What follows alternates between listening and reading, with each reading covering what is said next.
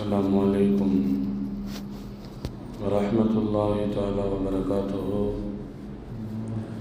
الحمد لله رب العالمين. نحمد الله العظيم نصلي ونسلم على رسوله الكريم أما بعد. قال الله سبحانه وتعالى في القرآن العظيم والفرقان المجيد: أعوذ بالله من الشيطان الرجيم بفضل بسم الله الرحمن الرحيم. ربنا إنك من تدخل النار فقد أخزيته أو كما قال الله عز وجل. صدق الله العلي العظيم. وقال رسول الله صلى الله عليه وسلم: لو تعلمون ما أعلم لضحكتم قليلا ولبقيتم كثيرا أو كما قال عليه الصلاة والتسليم. صدق النبي الله سيد البشر محمد صلى الله عليه وسلم.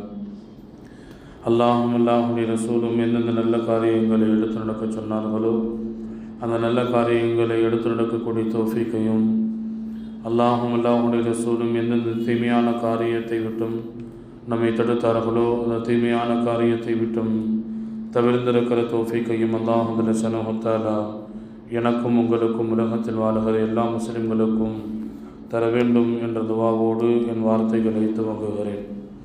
இன்றைய ஜும்மாவினுடைய சிந்தனையாய் நடுங்க வைக்கும் நரகம் என்றதொரு தலைப்பின் கீழ் ஒரு சில வார்த்தைகளை உங்களோடு நாம் பகிர்ந்து கொள்ள ஆசைப்படுகிறோம். அல்லாஹ்வுடைய பேரருளால் ரமலான் மாதத்தினுடைய கடைசி ஜும்மாவிலே நாம் அமர்ந்திருக்கிறோம். அல்லாஹ்வுடைய பேரருளால் கிடைத்த இந்த ரமலானை நம்மில் பலர் முழுமையாக பயன்படுத்தி இருக்கிறோம்.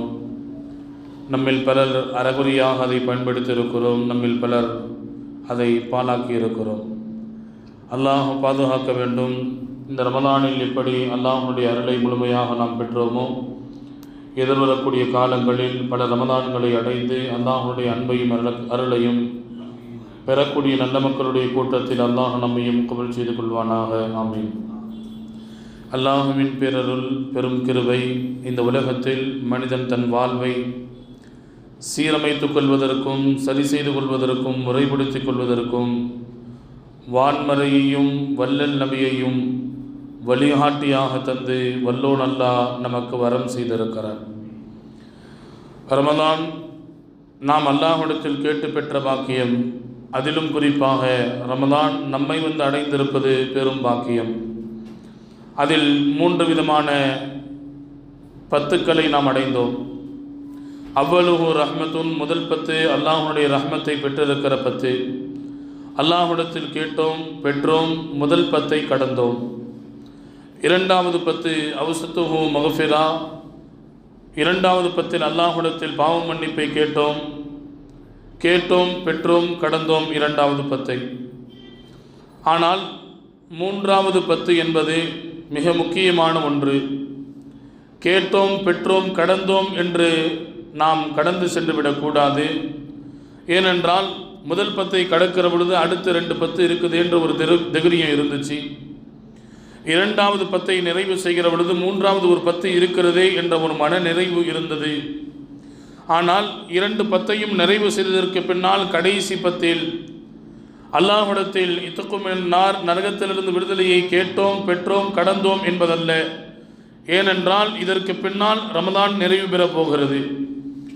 அதனால் அல்லாஹ்விடத்தில் நாம் கண்டிப்பாக கேட்டே ஆக வேண்டும், நிர்பந்தமாக என்பதை நாம் கவனத்தில் வைக்க வேண்டும். அதனால் தான் 2 10களை விட இந்த ரமலானுடைய கடைசி 3வது 10 மிக முக்கியமானது, அல்லாஹ்விடத்தில் சிறப்பு மிக்கது என்பதை நபிகள் நாயகம் ஸல்லல்லாஹு அலைஹி வஸல்லம் நமக்கு சொல்லித்தர மறக்கவில்லை.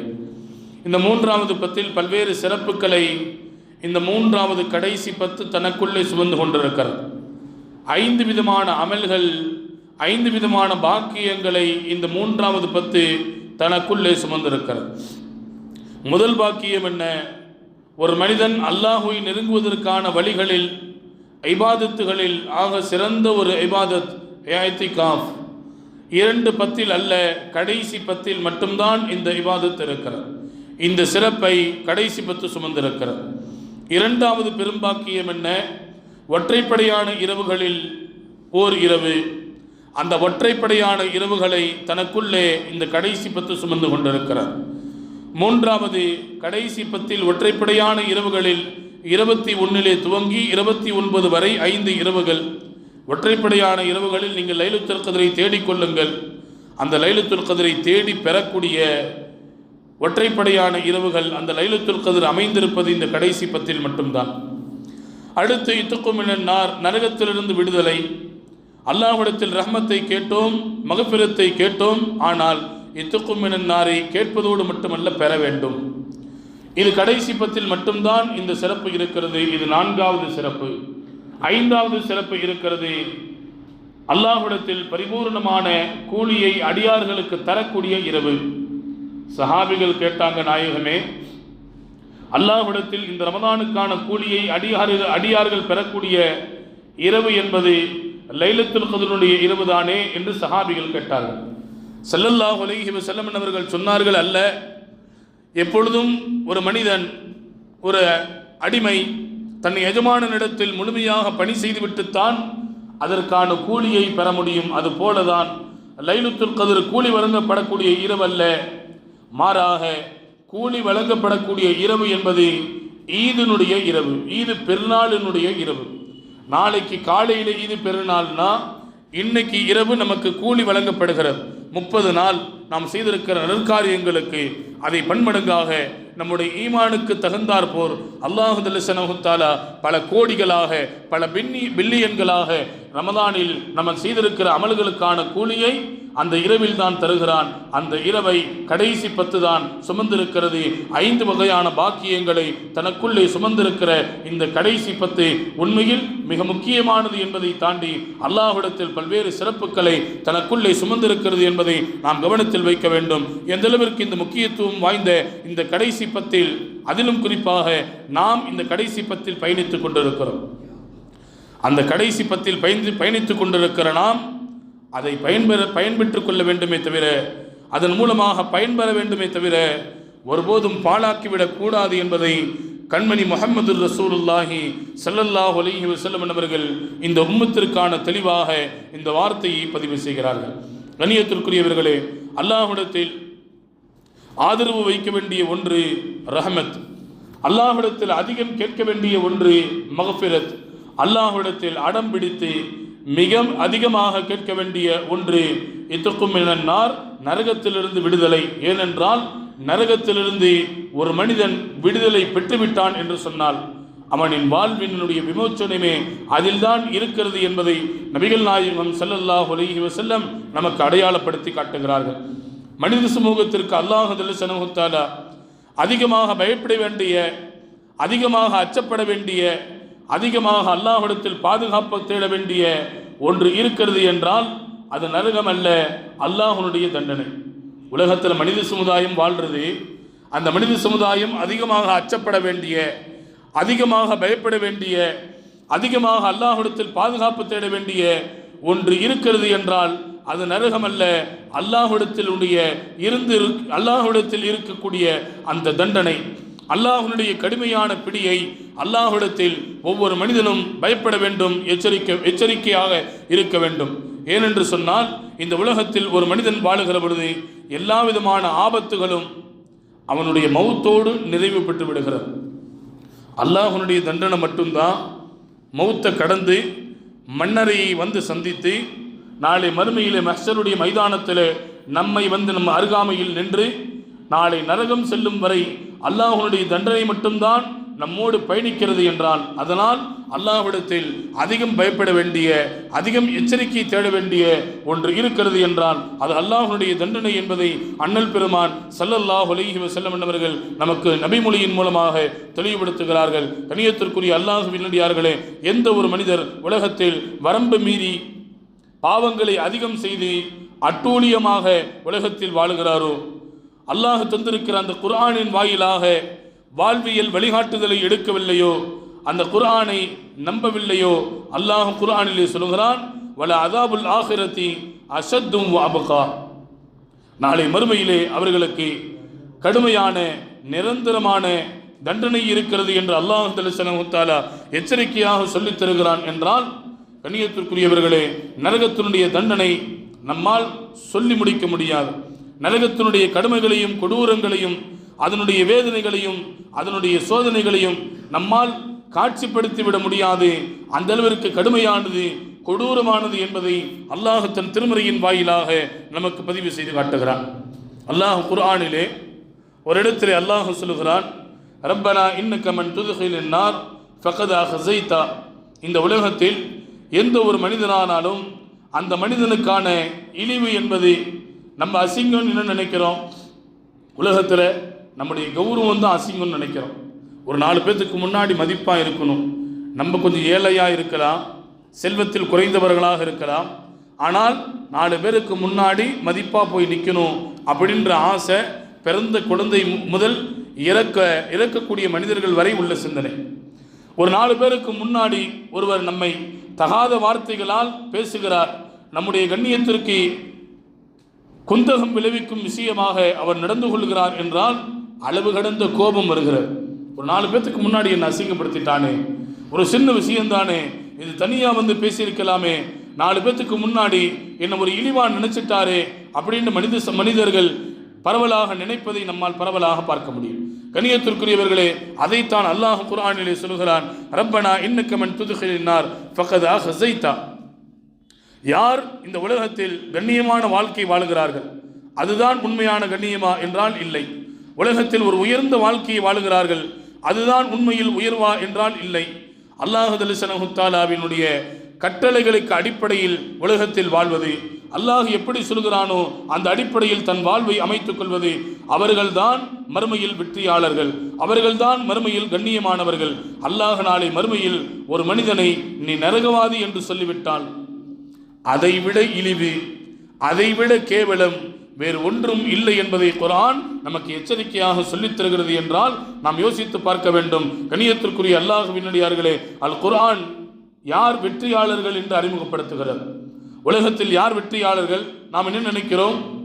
உலகத்தில் நல்ல பணம் சம்பாதிக்கணும், நல்ல இடத்துல சம்பந்தம் பண்ணணும், அதுக்கு பின்னாடி நம்ம நல்ல பிள்ளைகளை பெற்றெடுக்க வேண்டும், பிள்ளைகளை பெற்றெடுத்ததற்கு பின்னால் நல்ல இடங்களில் பெரிய பெரிய பள்ளிக்கூடங்களில் அவர்களை படிக்க வைக்க வேண்டும், படித்து முடித்ததற்கு பின்னால் நல்ல வேலைகளை வாங்கி தர வேண்டும், வேலைகளை வாங்கி தந்ததற்கு பின்னால் நல்ல இடத்துல பிரம்மாண்டமா ஒரு பெரிய ஹாலில் அவர்களுக்கு திருமணம் செய்து வைக்க வேண்டும் என்று, இதுதான் நம்முடைய வாழ்க்கையினுடைய வெற்றி என்று ஒவ்வொரு மனிதனும் நினைத்து கொண்டிருக்கிறான். என்னங்க சேர்த்து வச்சிங்க பிள்ளைக்கு, இவ்வளவு சேர்த்து வச்சிருக்கிற, எவ்வளவு நகை போட்டு திருமணம் செஞ்சு கொடுத்தீங்க, இவ்வளவு நகை போட்டு திருமணம் செஞ்சு கொடுத்துருக்குறோம். அது மட்டும் இல்லை, மாப்பிள்ளைக்கு பைக் வாங்கி தரதா சொல்லியிருக்கிறோம், மாப்பிள்ளைக்கு ஒரு ஃப்ளாட் ஒன்று அவங்க பேரில் எழுதி தரதா சொல்லியிருக்கிறோம். இப்படியெல்லாம் உலகத்தில் நம்முடைய வாழ்க்கையினுடைய வெற்றி, நமக்கான கடமைகளை பரிபூர்ணமாக செய்துவிட்டால், நம்முடைய பிள்ளைகளுக்கு நாம் போதும் போதும் என்கின்ற அளவிற்கு சேர்த்து வைத்து விட்டால் இதுதான் நம் வாழ்வினுடைய வெற்றி என்று நினைக்கிறோம். ஆனால் அல்லாஹ் குர்ஆனிலே சொல்கிறான், உண்மையில் உன் வாழ்வினுடைய வெற்றி அதுவல்ல. குர்ஆன்ல ஒரு ஆயத்து முழுக்க அல்லாஹ் பேசுறான், குல்லு நஃப்ஸின் தாயிகத்துல் மௌத், உலகத்தில் ஒவ்வொரு ஆத்மாவும் மரணத்தை சுவைத்தே தீரும். எந்த ஆத்மாவும் உலகத்தில் நிலையா நிரந்தரமா வாழ்ந்ததா சரித்திரமே இல்லை. எல்லா ஆத்மாவிற்கும் மரணம் இருக்கிறது. ஆனால் அல்லாஹ் சொல்லுகிறான், குல்லு நஃப்ஸின் தாயிகத்துல் மௌத் வ இன்னமா துவஃபௌன உஜூரஹும் யௌமல் கியாமா.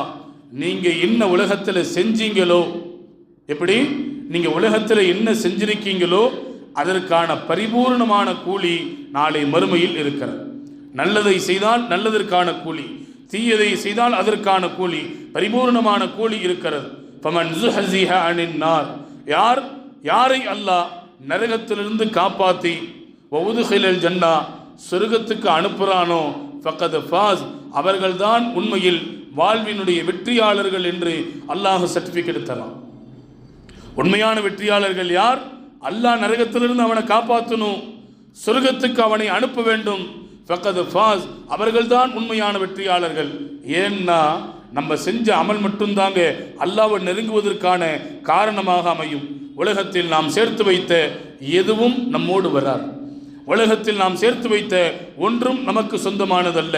நம்ம மூத்தா போயிட்டா இருக்கிற 2 ஃப்ளாட்டை பெரிய பையன் 1 சின்ன பையன் 1 எடுத்துக்குவான். இருக்கிற 2 வாகனத்தில் எனக்கு இந்த வாகனம் வேண்டும், பெரியவன் கேட்டுக்குவான், சின்னவனுக்கு இந்த வாகனம் என்று ஒதுக்கப்பட்டுவிடும். நமக்கான பொருளாதாரத்தை சரிபாதியாக பிரித்து நம் பிள்ளைகளுக்கு பிரித்து கொடுக்கப்பட்டுவிடும். உலகத்தில் எதுவும் சம்பாதித்த எதுவும் நமக்கு சொந்தமானதல்ல, சேர்த்து வைத்த எதுவும் நமக்கு சொந்தமானதல்ல, பாதுகாத்த எதுவும் நமக்கு சொந்தமானதல்ல. மாறாக நாம் எந்த நன்மைகளை சேர்த்தோமோ, எந்த நன்மைகளை முற்படுத்தினோமோ அது மட்டும்தான் நமக்கு சொந்தமானது என்பதை அல்லாஹ் சொல்லிவிட்டு சொல்கிறான். ஃபமன் ஸுஹ்ஸிஹ அனின்னார், உன் அமலின் மூலமாக அந்த அமல் உன்னை நரகத்திலிருந்து காப்பாற்றணும். நரகத்திலிருந்து காப்பாற்றுவதோடு மட்டுமல்ல, நீ சுவனத்திற்கு செல்ல வேண்டும் அந்த நல்லமல்களின் மூலமாக. ஃபக்கத் ஃபாஸ், அதுதான் உண்மையான வெற்றி என்று குர்ஆன் பேசுகிறது என்றால் கண்ணியத்திற்குரியவர்களே யோசித்து பார்க்க வேண்டும். உலகத்தில் நான் வெற்றி அடைந்து விட்டேன் என்று மனநினைவோடு இருக்கக்கூடிய மனிதர்களை பார்த்து அல்லாஹ் சொல்கிறான், உண்மையான வெற்றி என்பது நீங்கள் நரக நெருப்பிலிருந்து காப்பாற்றப்பட்டு சுவர்க்கத்திற்கு அழைத்து செல்லப்பட வேண்டும், அதுதான் உண்மையான வெற்றி என்று அல்லாஹ் ஜல்ல தஆலா தன் திருமறையின் வாயிலாக நமக்கு தெளிவுபடுத்துகிறார். அல்லாஹ் குர்ஆன்ல ஒரு இடத்துல சொல்லும் போது, வலா தமூதுன்ன இல்லா வ அன்தும் முஸ்லிமூன், நீங்கள் முஸ்லிமா இன்றி மரணித்து விட வேண்டாம். நீங்கள் மரணிப்பதாக இருந்தால் ஈமானை சுமந்திருக்கிற நிலையில் மரணிக்க வேண்டும். அல்லாஹ் சொல்லுகிற வார்த்தை. எப்போ ஈமானை சுமந்திருக்கிற நிலையில் மரணிக்க தெரியுமா? ஒவ்வொரு மனிதனும் மரணிக்கிறோமே, நம்மள பலர் உலகத்தில் முஸ்லிமா வாழ்ந்தார்ன்றதுனால அவரை குளிப்பாட்டி கஃனிட்டு ஜனாசா தொலை வைத்து நம்முடைய ஈதுகாவில் அதற்கான இடம் தரப்படுகிறது. உலகத்தில் முஸ்லிமா வாழ்ந்தாரு, மக்களுக்கு மத்தியில் பரவலா அப்படி இருந்தாரு, அதனால தான். ஆனால் ஒவ்வொரு மனிதனும் மரணிக்கிற நேரத்தில் அவருக்கான சூழ்நிலை அவருக்கும் ரப்புக்குமான வெளிச்சம். அந்த நேரத்தில் கலிமா சொல்லிட்டா வெற்றியாளர். அந்த நேரத்தில் எனக்கும் இஸ்லாத்துக்கும் சம்பந்தமே இல்லை. ஏன்னா சைத்தான் அந்த நேரத்தில் வந்து நீ சொல்லு அல்லாஹ் இல்லைன்னு சொல்லிடு, மறுமை இல்லைன்னு சொல்லிடு, குர்ஆன் இல்லைன்னு சொல்லிடு, குர்ஆன் உண்மையானது இல்லைன்னு சொல்லிடு, இது சும்மா புத்தகம்தான் சொல்லிடு, முஹம்மது ரசூலுல்லாஹ் அல்லாஹ்வுடைய தூதர் இல்லைன்னு சொல்லிடு. நவுதுபில்லாஹ், அல்லாஹ் பாதுகாக்கணும். சைத்தான் வந்து ஏன்னா உயிரோடு இருக்கும் போதே எவ்வளவு டிஸ்டர்ப் பண்ணுறான் நம்மள. கொஞ்சம் நஞ்சமா அங்கே வந்து நிற்கிறான், கடைக்கு போனால் வந்து நிற்கிறான், பள்ளிவாசலுக்கு போனால் வந்து நிற்கிறான், தொழுகைக்காண்டி தக்பீர் கட்டினா முன்னாடி மூஞ்சை கொண்டு வந்து நிற்கிறான். எப்படியாவது வெளிகெடுத்து விட வேண்டும். ருக்கு செய்கிற பொழுது முதுகிலே எழுந்து நின்று கொள்கிறான், சேதா செய்கிற பொழுது தலையிலே நின்று கொள்கிறான். எப்படியாவது இவனை வெளிகெடுத்து விட வேண்டும். உயிரோடு இருக்கும் போதே இத்தனை வழியில் வரானே, மரணிக்கிற போது அவன் யோசிக்கிறான், சைத்தா இவன் நம்ம வெளிகெடுக்கிற கடைசி நிலை இதுதான், இவனை வெளிகெடுப்பதற்கான கடைசி வாய்ப்பு நமக்கு இதுதான். அதனால எப்படியாவது இவனை வழிகெடுத்து விட வேண்டும் என்று சைத்தான் முன்னாடி வந்து நிற்கிறான். அல்லாஹ் குர்ஆன்ல பதிவு செய்கிறான், வலா தமூதுன்ன இல்லா வ அன்தும் முஸ்லிமூன், நீங்கள் ஈமானை சுமந்திருக்கிற நிலையில் மரணிக்க வேண்டும், ஈமான் இல்லாத நிலையில் மரணித்து விட வேண்டாம் என்று குர்ஆனிலே அல்லாஹ் பதிவு செய்கிறான். என்றால் கண்ணியத்திற்குரியவர்களே, நாம் சுவனம் செல்வதற்கு, நரகத்திலிருந்து நம்மை தற்காத்துக் கொள்வதற்கு ஒரே ஒரு தகுதி, முதல் தகுதி ஈமான் மட்டும்தான். அந்த ஈமானோடு நாம் மரணிக்க வேண்டும் என்றால் ஈமானிய வாழ்க்கையை வாழ்ந்திருக்க வேண்டும், ஈமானின் அடிப்படையில் நம் வாழ்வை அமைத்திருக்க வேண்டும். அப்படி இருந்தால் மட்டும்தான் ஈமானோடு மரணிக்க முடியும் என்பதை அல் குர்ஆன் நமக்கு தெளிவுபடுத்துகிறது. கண்ணியத்திற்குரிய அல்லாஹ்வின் அடியார்களே, அல்லாஹ் ஜல்ல தஆலாவிடத்திலே அதிகம் ஸல்லல்லாஹு அலைஹி வஸல்லம் நரக நெருப்பிலிருந்து, நரகத்திலிருந்து பாதுகாவல் தேடுவார்கள் என்பதை நாம் ஹதீஸ்களில் பார்க்கிறோம். ஒரு தடவை சஹாபிகள் எல்லாம் மஜ்லிஸிலே அமர்ந்து சிரித்துக் கொண்டிருக்கிறார்கள். ஸல்லல்லாஹு அலைஹி வஸல்லம் மஸ்ஜிது நபவிக்கு உள்ள வராங்க. வந்தவுடனே சஹாபிகள் சிரித்திருப்பதை பார்த்து கொண்டிருக்கிறார்கள். பார்த்த முஹம்மது ரசூலுல்லாஹி ஸல்லல்லாஹு அலைஹி வஸல்லம் சொன்னாங்க, லவ் தஅலமூன மா அலமு, நான் அறிந்திருக்கிற ஒன்றை நீங்கள் அறிந்திருந்தால், நரகத்தை நேரடியாக மேராஜில் பார்த்துட்டு வந்துட்டேன், நான் அறிந்த ஒன்றை நீங்கள் அறிந்திருந்தால், ஒன்றை அறிந்திருந்தால் போதும். அந்த நரகத்தை நான் அறிந்திருக்கிறேன், அந்த ஒன்றை நீங்கள் அறிந்திருந்தால் லலஹிக்தும் கலீலா, குறைவாகத்தான் சிரிப்பீர்கள், வல பகைத்தும் கசீரா, அதிகமாக அழுவீர்கள் என்று நபிகள் நாயகம் ஸல்லல்லாஹு அலைஹி வஸல்லம் அவர்கள் சொல்லித் தருகிறார்கள். என்றால் கண்ணியத்திற்குரியவர்களே, நரகத்தினுடைய கடுமை, அதனின் கொடூரம் நம்மை சிரிப்பை குறைத்துவிடும், அழுகையை அதிகமாக்கிவிடும் என்பதை ஸல்லல்லாஹு அலைஹி வஸல்லம் அவர்களுடைய வார்த்தையிலிருந்து நாம் புரிந்து கொள்ள வேண்டிய ஒரு செய்தி. குர்ஆன்ல சற்று ஏறக்குறைய 121 ஆயத்துகள் நரகத்தினுடைய எச்சரிக்கைகளை குறித்து மட்டும் பேசுகிறது. ஒரு இடத்துல அல்லாஹ் சொன்னா, 2 இடத்துல அல்லாஹ் சொன்னாவே எவ்வளவு எச்சரிக்கையா இருக்கணும். ஊருக்கு போகிறோம் இல்லை, பிள்ளைகளை வழி அனுப்பும் போது, ஸ்கூலுக்கோ காலேஜுக்கோ அனுப்பும் போது பைசா பத்திரம், காசு பத்திரம்ப்பா, ஃபோன் வச்சிருக்கிற ஃபோன் பத்திரமா இருக்கட்டும், பேகு உன் பக்கத்திலே வச்சுக்க, எத்தனை தடவை சொல்லி அனுப்புவோம்? ஒரு 2 தடவை 3 தடவை சொல்லி அனுப்புவோமா? அப்போ பிள்ளைங்க என்ன நினச்சிக்குவாங்க? சரி இதெல்லாம் உஷாராக இருக்கணும் போல, இந்த பொருள்லாம் திருடு போயிடும், கவனமாக இருக்கணும் போல. 1 தடவை 2 தடவை சொன்னாவே பிள்ளை தூங்கிட்டு இருக்கும்போது நைட்டில் ஒரு 12 மணிக்கு கை சைடில் பேக் இருக்குதான்னு செக் பண்ணி பார்க்குறான், பாக்கெட்டில் ஃபோன் இருக்குதான்னு பார்க்குறான், 2-3 தடவை பாக்கெட்டில் அத்தா கொடுத்த காசு இருக்குதான்னு ஒரு 4-5 தடவை பார்க்குறான். ஒரு 4-5 தடவை அத்தா தான் பிள்ளைக்கு சொன்ன அந்த எச்சரிக்கையான வார்த்தைக்கு அவ்வளவு கவனத்தோடு பயணிக்கிறான் என்றால், 1 முறை 2 முறை அல்ல, 121 முறை நரகத்தினுடைய எச்சரிக்கையை குறித்து குர்ஆன் பேசுகிறது என்றால், இந்த மனித சமூகம் எந்த அளவிற்கு எச்சரிக்கையோடு இருக்க வேண்டும் என்பதை நாம் கவனத்தில் வைக்க வேண்டும். அதைத்தான் ஸல்லல்லாஹு அலைஹி வஸல்லம் ஒவ்வொரு மனிதனும் காலை ஃபஜ்ர் தொழுகைக்கு பின்னால், அஸ்ர் தொழுகைக்கு பின்னால் அல்லாஹும்ம அஜ்ர்னா மினன்னார், அல்லாஹும்ம அஜ்ர்னா மினன்னார், அல்லாஹும்ம அஜ்ர்னா மினன்னார் என்று 7 முறை ஓதுகிறாரோ அவரை அல்லாஹ் நரகத்தை ஹராமாக்கி விடுகிறான் என்றார்கள் ஸல்லல்லாஹு அலைஹி வஸல்லம். யார் 7 முறை ஓதுறாங்களோ, இந்த துஆவில் ஒரு அற்புதமான செய்தி ஒன்று ஒளிந்திருக்கிறார். என்ன அற்புதமான செய்தி தெரியுமா? 7 தடவை நரகத்திலிருந்து காப்பாற்றி அல்லாஹ்னு கேட்ட முஹம்மது ரசூலுல்லாஹ், கேட்க சொன்ன முஹம்மது ரசூலுல்லாஹ், கேட்க கற்றுக் கொடுத்த முஹம்மது ரசூலுல்லாஹ், நரகத்திலிருந்து 7 முறை பாதுகாப்பு தேடிய ஸல்லல்லாஹு அலைஹி வஸல்லம், சொர்க்கத்தை எங்களுக்கு கொடுன்னு 1 முறை மட்டும்தான் கேட்டிருக்கிறான். சொர்க்கத்தை 1 முறை எங்களுக்கு கொடுன்னு 1 தடவை தான் கேட்டிருக்கிறான். இன்னும் நமக்கு புரிய வருது, நரகத்திலிருந்து நாம் பாதுகாக்கப்பட்டு விட்டால் போதும், சுவர்க்கம் நமக்கு வாஜிபாகிவிடும். அந்த நசீபை அல்லாஹ் நமக்கு தருவானாக. நரகத்திலிருந்து நம்ம பாதுகாக்கப்பட்டுட்டா அந்த ஒரு குவாலிஃபிகேஷன் போதும், சுவர்க்கத்திற்கு நாம் நுழைவதற்கு அந்த ஒரு தகுதி போதும் என்பதை ஸல்லல்லாஹு அலைஹி வஸல்லம் இந்த ஹதீஸின் வாயிலாக நமக்கு சொல்லித் தருகிறார்கள். ஹஜ்ரத் அபூ ஹுரைரா ரலியல்லாஹு தஆலா அவர்கள் மரண நேரத்தில் அமர்ந்து அழுது கொண்டிருக்கிறார்கள், தேம்பி தேம்பி. கூட இருக்கிற சஹாபிகள் கேட்டாங்க, எதனால் அழுவுறீங்க? நான் செல்லக்கூடிய பயணத்தினுடைய தூரம் தொலை தூரம், ஆனால் நான் சேமித்து வச்சிருக்கிற அமல் குறைவாக இருக்கிறதே என்று நான் நினைத்து வருத்தப்பட்டு அழுகிறேன். நாளை சிராத்தை முஸ்தகீம் என்ற பாலத்தை நாம் கடக்கிற பொழுது நான் வழுக்கி நரகத்திற்குள்ளே விழுந்து விடுவேனோ என்று நான் அஞ்சுகிறேன் என்று ஹஜ்ரத் அபூ ஹுரைரா ரலியல்லாஹு தஆலா அவர்கள் சொல்கிறார்கள். யார் அபூ ஹுரைரா ரலியல்லாஹு தெரியுமா? நீங்க நபிமொழிகளை எடுத்து பாருங்களேன். நீங்க 100 நபிமொழியை படிச்சா அதில் 95 நபிமொழி ஹஜ்ரத் அபூ ஹுரைரா ரலியல்லாஹு தஆலா அவர்களின் மூலமாக இந்த உம்மத்திற்கு கிடைத்திருக்கிறார். சாதாரணமாக ஒரு 100 நபிமொழி தொகுப்புள்ள ஒரு கிதாபை வாங்கி படிச்சு பாருங்க. 95 நபிமொழி ஹஜ்ரத் அபூ ஹுரைரா ரலியல்லாஹு தஆலா அவர்கள் அறிவிக்கிறார்கள் என்றுதான் அந்த நபிமொழியினுடைய துவக்கம் இருக்கும். அப்படிப்பட்ட அபூ ஹுரைரா ரலியல்லாஹு தஆலா தன் மரண நேரத்தில் நான் பயணிக்க வேண்டிய தொலைதூரம் இருக்கிறது, ஆனால் அமல் குறைவாக இருக்கிறது என்று சொல்லி இருக்கிறார்கள் என்றால், நம் வாழ்வில் பயணிக்க வேண்டிய தொலைதூரம் அதிகம், அமல் இருக்கிறதா என்றால் அது கேள்விக்குறியாக மாறி இருக்கிறது. கண்ணியத்திற்குரிய அல்லாஹ்வினுடையார்களே, அதைத்தான் அல்லாஹ் குர்ஆனிலே சொல்கிறான், கு அன்ஃபுஸக்கும் வ அஹ்லீக்கும் நாரா, நீங்களும் நரக நெருப்பிலிருந்து உங்களை தற்காத்துக் கொள்ளுங்க, உங்களுடைய குடும்பத்தார்களையும் நீங்கள் தற்காத்துக் கொள்ளுங்கள் என்று அல்லாஹ் குர்ஆனிலே பதிவு செய்கிறான் என்றால், கண்ணியத்திற்குரியவர்களே, நரகத்தை குறித்து நாம் பல தடவைகள் அறிந்திருக்கிறோம், நரகத்தை குறித்து பல தடவைகள் புரிந்திருக்கிறோம். ஆனால் நரகத்தினுடைய அந்த அச்சமோ, அதனின் பயமோ, அதனின் எச்சரிக்கையோ நம்முடைய உள்ளத்தில் அந்த உணர்வை ஏற்படுத்த வேண்டும்.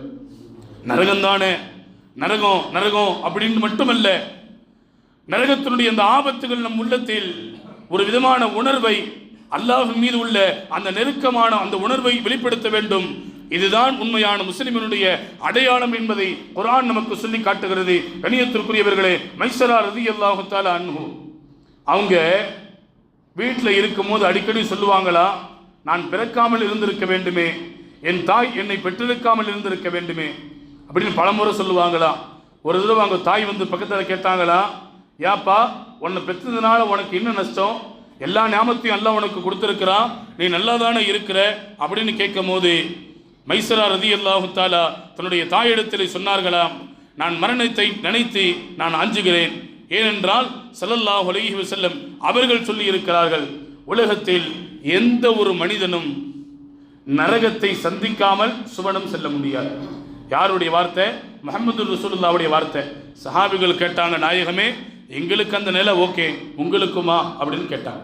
ஸல்லல்லாஹு அலைஹி வஸல்லம் ஆம் என்றார்கள். நரகத்தை சந்திக்காமல் சுவனம் செல்ல முடியாது. ஏன்னா நம்ம பல தடவை சொல்லியிருக்கிறோம், மீண்டும் உங்களுக்கு விளக்கத்திற்காக வேண்டி சொல்கிறேன். நரகத்தினுடைய மேலே ஒரு பாலத்தை அல்லாஹ் வச்சிருக்கிறான். அந்த பாலத்துக்கு பேரு தான் சிராத்தை முஸ்தகீம். அந்த பாலத்துக்கு பேரு சிராத்தை முஸ்தகீம். நரகத்திற்கு மேலே அந்த பாலம் அமைந்திருக்கிறது. மஹ்ஷருடைய மைதானம் அல்லாஹ்விடத்தில் கேள்வி கணக்கெல்லாம் முடிஞ்சதுக்கு பின்னாடி அந்த பாலத்தின் வழியாகத்தான் சுவனம் செல்ல முடியும். அந்த பாலத்தை கடந்துதான் சுவனம் செல்ல வேண்டும். ஸல்லல்லாஹு அலைஹி வஸல்லம் அதைத்தான் சொன்னார்கள். உலகத்தில் அல்லாஹ்வுடைய படைப்புகளில் மனிதர்கள் நரகத்தை சந்திக்காமல் சுவர்க்கம் செல்ல முடியாது என்று சொல்கிறார்கள் என்றால், மைசரா ரலியல்லாஹு தஆலா அதை சொல்லிவிட்டு சொன்னார்கள், நான் பிறக்காமல் இருந்திருக்க வேண்டுமே, அப்படி நான் அந்த பாலத்தை கடக்கிற பொழுது வலிக்கு பள்ளத்தில் விழுந்து விட்டால், நரகத்தில் விழுந்து விட்டால் என்ன செய்வது என்று ஹஜ்ரத் மைசரா ரலியல்லாஹு தஆலா அவர்கள் கவலைப்பட்டிருக்கிறார்கள். சஹாபிகள் கவலைப்பட்டிருக்கிறாங்க. நாமும் கவலைப்பட வேண்டும், எச்சரிக்கையோடு நரகத்தை குறித்து இருக்க வேண்டும். காப் இப்னு மாலிக் ரலியல்லாஹு தஆலா அவர்கள் சொல்லுவார்கள், கிழக்கின் எல்லையில் ஒரு மனிதன் இருக்கிறான், மேற்கினுடைய எல்லையில் ஒரு மனிதன் இருக்கிறான். கிழக்கின் எல்லையில் நரகத்தினுடைய வாயில் லேசாக திறக்கப்பட்டால் அதிலிருந்து வரக்கூடிய அந்த உஷ்ணம் மேற்கினுடைய எல்லையில் இருக்கிற அந்த மனிதனின் மூளையை உருக்கிவிடும் என்று காப் இப்னு மாலிக் ரலியல்லாஹு தஆலா அவர்கள் சொல்லித் தருகிறார்கள். என்றால் நரகத்தினுடைய விஷயத்தில் எந்த அளவிற்கு கவனத்தோடு இருக்க வேண்டும் என்பதை நாம் கவனத்தில் கொள்ள வேண்டும். நாளை மறுமையிலே நரகம் சப்தமிடுமாம், நரகம் கொதிக்குமாம். இந்த சத்தத்தை கேட்டவுடனே மலக்குகள் சேதாவிலே விழுந்துடுவாங்க, நபிமார்கள் சேதாவிலே விழுந்து விடுவார்கள், நல்லவர்கள் சேதாவிலே விழுந்து விடுவார்கள். ரப்பே, சப்தமே இவ்வளவு இருக்குதுன்னா எங்களுடைய காதுகளை கிழிக்கிறது என்றால் உள்ளே அதனுடைய தண்டனை எவ்வளவு கொடூரமாக இருக்கும். ரப்பே, நீங்களை பாதுகாக்க வேண்டும் என்று மலக்குகள், நபிமார்கள், சாலிஹீன்கள், ஷஹதாக்கள் உடனே சேதாவிலே விழுந்து விடுவார்கள் என்று ஸல்லல்லாஹு அலைஹி வஸல்லம் நமக்கு சொல்லித் தருகிறார்கள். நம்ம இங்கே யோசிக்கணும், அல்லாஹ்வுக்கு நெருக்கமானவர்கள் மலக்குமார்கள், அல்லாஹ்வுக்கு ரொம்ப நெருக்கமானவர்கள் நபிமார்கள், அல்லாஹ்வுக்கு ரொம்ப நெருக்கமானவங்க சாலிஹீன்கள். அவர்கள் கூட நரக நெருப்பினுடைய அந்த கொதிப்பை பார்த்து, அந்த சப்தத்தை பார்த்து எச்சரிக்கையாக பயந்திருக்கிறார்கள். என்றால் நாம் அல்லாஹ்வுக்கு நெருக்கமானவங்களா? உத்தரவாதம் இல்லை. நம்ம அல்லாஹ் விட்டு எவ்வளவு தூரமாக இருக்கணும், அல்லாஹ் பாதுகாக்கிறோம், தூரமாக இருக்கிறோம். நம்ம எந்த அளவுக்கு அந்த நரகத்தை பயப்பட வேண்டும் என்பதை ஸல்லல்லாஹு அலைஹி வஸல்லம் நமக்கு தெளிவுபடுத்துகிறார்கள். கண்ணியத்திற்குரிய அல்லாஹ்வின் அடியார்களே, நபிகள் நாயகம் ஸல்லல்லாஹு அலைஹி வஸல்லம் அன்னவர்கள் நமக்கு சொல்லித் தருகிறார்கள், நரகத்திலிருந்து நீங்கள் உங்களை தற்காத்துக் கொள்ள வேண்டுமா? 10 விஷயங்களை உங்களின் வாழ்வில் நீங்கள் கடைபிடிக்க வேண்டும். 10 விஷயங்களை நீங்கள் எடுத்துக் கொள்ளுங்கள். 10 விஷயங்களை நீங்கள் கடைபிடிக்க வேண்டும். அப்படி கடைபிடித்தால் உங்களை நீங்கள் நரகத்திலிருந்து தற்காத்துக் கொள்ளலாம் என்று நபிகள் நாயகம் ஸல்லல்லாஹு அலைஹி வஸல்லம் நமக்கு சொல்லித் தருகிறார்கள். முதல்ல சொன்னாங்க, கலிமாவை கையில் எடுங்கள். எந்த கலிமா? லா இலாஹ இல்லல்லாஹ் முஹம்மது ரசூலுல்லாஹ். கலிமாவை கையில் எடுங்கள். அப்படின்னா என்ன அர்த்தம்? கலிமா என்பது வார்த்தை அல்ல. என்னங்க கலிமா தெரியுமா? லா இலாஹ இல்லல்லாஹ் முஹம்மது ரசூலுல்லாஹ். கலிமா தெரியுமா? லா இலாஹ இல்லல்லாஹ் முஹம்மது ரசூலுல்லாஹ். கலிமா என்பது வார்த்தை அல்ல, அது ஒரு வாழ்க்கை. ஸல்லல்லாஹு அலைஹி வஸல்லம் அந்த வாழ்க்கையை நீங்கள் கையில் எடுங்கள், நரகத்திலிருந்து நீங்கள் பாதுகாக்கப்படுவீர்கள். இரண்டாவது சொன்னார்கள் ஸல்லல்லாஹு அலைஹி வஸல்லம், நரகத்தோடு உலகத்தில் வாழ பழகிக் கொள்ளுங்கள், நரகத்திலிருந்து நீங்கள் பாதுகாக்கப்படுவீர்கள். மூன்றாவது சொன்னார்கள், உங்களுக்கு வாய்ப்பு கிடைத்தால் அல்லாஹ்வுடைய பாதையில் ஒரு முறையாவது நடந்து செல்லுங்கள். நரகத்தினுடைய அந்த அல்லாஹ்வுடைய பாதையில் நடந்து செல்கிற பொழுது அதனுடைய புழுதி நம் மீது பட்டால் நரக நெருப்பை நம்மிலிருந்து அல்லாஹ் ஹராமாக்கி விடுகிறார். ஒரு முறையாவது நம்ம இன்னைக்கு அல்லாஹ்வுடைய பாதை என்ன, ஒரு சுருங்கிய வட்டாரத்துக்குள்ளே நம்முடைய சிந்தனையை நாம் உள்ளாக்கி வைத்திருக்கிறோம். அல்லாஹ்வுடைய பாதை என்று சொன்னால் எதெல்லாம் அல்லாஹ்விற்கு பிடிக்குமோ, எந்த விஷயத்தை செய்தால் அல்லாஹ் திருப்திப்படுவானோ அந்த அனைத்து விஷயத்திற்காக வேண்டி நடந்து செல்வது, ஜிஹாதிற்காக வேண்டி அசத்தியத்திற்கு எதிராக முஸ்லிம்கள் ஒரு இடத்தில் தாக்கப்படுகிறார்கள் என்றால் அதற்கு எதிராக குரல் கொடுப்பது, மார்க்கத்தினுடைய கல்விக்காக வேண்டி பயணிப்பது என்று அல்லாஹ்வுடைய பாதையின் வரிசை என்பது ஆயிரக்கணக்கில் இருக்கிறது. அந்த பாதையில் நீங்கள் சென்று அதனுடைய புழுதி உங்கள் மீது பட்டால், மண்ணினுடைய புழுதி, நரக நெருப்பிலிருந்து நீங்கள் பாதுகாக்கப்படுவீர்கள் என்று மூன்றாவது வழிமுறையை நபிகள் நாயகம் ஸல்லல்லாஹு அலைஹி வஸல்லம் நமக்கு சொல்லித் தருகிறார்கள். நான்காவது, 5 கடமைகளின் விஷயத்திலும் கண்ணும் கருத்துமாய் கவனமாய் இருங்கள் என்றார்கள் ஸல்லல்லாஹு அலைஹி வஸல்லம். 5 கடமைகளிலும் கவனத்தோடு இருக்க வேண்டும். அப்படி இருந்தால் நாம் நரகத்திலிருந்து பாதுகாக்கப்படுவோம். ஐந்தாவது சொன்னார்கள், லுஹர் தொழுகைக்கு முன்னாடி 4 ரக்காயத்து, பின்னாடி 4 ரக்காயத்து வளமையா உங்க வாழ்க்கையில தொழுவுங்க, நரகத்திலிருந்து நீங்கள் காப்பாற்றப்படுவீர்கள் என்றார்கள் ஸல்லல்லாஹு அலைஹி வஸல்லம். ஆறாவது, அதிகமாக நீங்கள் அல்லாஹ்வை திக்ர் செய்யுங்கள். அதிகம் அல்லாஹ்வை திக்ர் செய்யுங்க. சஹாபிகள் கேட்டாங்க, நாயகமே அஃலலுல் திக்ர், திக்ர்களில் சிறந்த திக்ர் எது? லா இலாஹ இல்லல்லாஹ் முஹம்மதுர் ரசூலுல்லாஹ் என்று சொன்னார்கள் ஸல்லல்லாஹு அலைஹி வஸல்லம். ஏன் இந்த வார்த்தையை அதிகமாக திக்ர் செய்யணும் தெரியுமா? அதிகமாக சொல்லி பழகணும்னா நம்ம மூத்தா போகக்கூடிய நேரத்தில் பக்கத்தில் உட்காந்து நமக்கு சொல்லித்தர ஆள் இருக்குதோ இல்லையோ, ஏன்னா எல்லா நேரத்திலையும் நமக்கு மௌத்து ஒரு 10 மணிக்கு வருங்க, எல்லா வீட்டில் இருக்கிற பெரியவங்க சின்னவங்க சித்தப்பா மாமா மச்சான் எல்லாம் வந்துருங்கன்னு நான் சொல்ல முடியும். மௌத்து எப்போ வரும்னு சொல்ல முடியாது. நைட்டு படுக்கிறோம், காலைல எப்போ எழுந்திரிக்கிறோன்னு தெரியாது, எழுந்திருப்போமா இல்லையான்னு நமக்கு தெரியாது. அதனால யார் ஒரு மனிதர் அல்லாஹ்வுடைய திக்ரை அதிகம் செய்கிறாரோ, அதிலும் குறிப்பாக லா இலாஹ இல்லல்லாஹ் முஹம்மதுர் ரசூலுல்லாஹ் என்ற திக்ரை அதிகமாக செய்கிறாரோ, வாழ்க்கையில் அதிகமாக சொல்லி பழகினா மௌத்தினுடைய நேரத்தில் அல்லாஹ் சொல்வதற்கான தௌஃபீக்கை நசீபை தருவான் என்றார்கள் ஸல்லல்லாஹு அலைஹி வஸல்லம். அந்த வாக்கியத்தை அல்லாஹ் நம் அனைவருக்கும் தருவானாக. கண்ணியத்திற்குரியவர்களே, அதனால அதிகமாக திக்ர் செய்ய வேண்டும். அந்த திக்ரின் மூலமாக நரகத்திலிருந்து நம்மை தற்காத்துக் கொள்ள முடியும் என்று 6வது வழியை நபிகள் நாயகம் ஸல்லல்லாஹு அலைஹி வஸல்லம் நமக்கு சொல்லித் தருகிறார்கள். 7வது, அல்லாஹ்வுடைய அச்சத்தால் அதிகம் அழ வேண்டும். அதிகம் அழ வேண்டும். அல்லாஹ்வுடைய அச்சத்தால் அழுகிற அந்த கண்ணீரை, அந்த கண்களை நரக நெருப்பு தீண்டாது நம்மை நரகத்திலிருந்து தற்காத்துக் கொள்வதற்கு 7வது வாய்ப்பை ஸல்லல்லாஹு அலைஹி வஸல்லம் நமக்கு சொல்லித் தருகிறார்கள். 8வது, அல்லாஹ்விடத்தில் நம்முடைய அமல்களின் விஷயத்தில், நம்முடைய நன்மை தீமைகளின் விஷயத்தில் கவனத்தோடு இருக்க வேண்டும். நம்ம அமல்களை அதிகமாக செய்கிறது, பாவங்களை விட்டு முற்றிலுமாக தவிர்ந்திருப்பது. அப்படி இருந்தோம் என்று சொன்னால் நரகத்திலிருந்து நம்மை தற்காத்துக் கொள்வதற்கான வழியை இதற்கு ஒரு வழி என்றார்கள் 8வது ஸல்லல்லாஹு அலைஹி வஸல்லம். 9வதாக, சோதனையான காலங்களில் பொறுமையோடு இருக்கணும். பொறுமையோடு இருந்தால் அல்லாஹ்வுடைய அந்த உதவி கிடைக்கும் என்பதோடு மட்டுமல்ல, நரகத்திலிருந்து நம்மை தற்காத்துக் கொள்வதற்கான வழி என்றார்கள் ஸல்லல்லாஹு அலைஹி வஸல்லம். 10வதாக, வெளிரங்கம் உள்ரங்கம் இரண்டையும் நீங்கள் அழகாக்கி கொள்ளுங்க. உள்ள ஒரு மாதிரி வெளியில ஒரு மாதிரி அப்படி அல்ல, இரண்டையும் நீங்கள் அழகாக்கி கொள்ளுங்கள். அப்படி அழகாக்கி கொண்டால் நரக நெருப்பிலிருந்து உங்களை நீங்கள் தற்காத்துக் கொள்ளலாம் என்று நபிகள் நாயகம் ஸல்லல்லாஹு அலைஹி வஸல்லம் நமக்கு சொல்லித் தருகிறார்கள். கண்ணியத்திற்குரிய அல்லாஹ்விலே, ரமதானுடைய கடைசி பத்தில், அதிலும் குறிப்பாக நிறைவு பகுதியை நாம் அடைந்திருக்கிறோம். இந்த ஜும்மாவோடு ரமதான் நம்மை விட்டு நிறைவு பெற போகிறது. அடுத்த ஜும்மாவில் நம்ம ரமதானை அடைய முடியாது. அடுத்த ஜும்மா இல்லை, இதுக்கப்புறம் அடுத்த வருஷம்தான். அதனால ரமதானுடைய நிறைவு பகுதியிலே இருக்கக்கூடிய நாம் அல்லாஹ்விடத்தில் அதிகம் கேட்க வேண்டிய ஒன்று, யா அல்லாஹ் உன்னுடைய பொறுத்து எனக்கு வேணும். அடுத்து, நரகத்திலிருந்து என்னை நீ கண்டிப்பாக காப்பாற்ற வேண்டும், நரகத்திலிருந்து என்னை நான் தற்காத்துக் கொள்வதற்கான வாய்ப்புகளை நீ ஏற்படுத்தி தர வேண்டும் என்று அல்லாஹ்விடத்தில் இறைஞ்சுகிற கெஞ்ச வேண்டிய ஒரு காலத்தினுடைய கட்டாயத்தில் இருக்கிறோம். உலகத்தில் வாழுகிற பொழுது அல்லாஹ்வுடைய பொருத்தத்தை அடையக்கூடிய அடியார்களாக, நரகத்திலிருந்து காப்பாற்றப்பட்ட அடியார்களாக இந்த ரமதானை எப்படி நமக்கு பாக்கியமாக நசீபாக இறைவன் கொடுத்தானோ, இது போல நம் வாழ்வில் பல ரமதான்களை அடைந்து அல்லாஹ்வுடைய பொருத்தத்தை அடையக்கூடிய நல்ல மக்களாக அல்லாஹ் நம்மை கபூல் செய்து கொள்வானாக. ஆமீன். வாஹர் தஅவாஹும் அனில் ஹம்துலில்லாஹி ரப்பில் ஆலமீன்.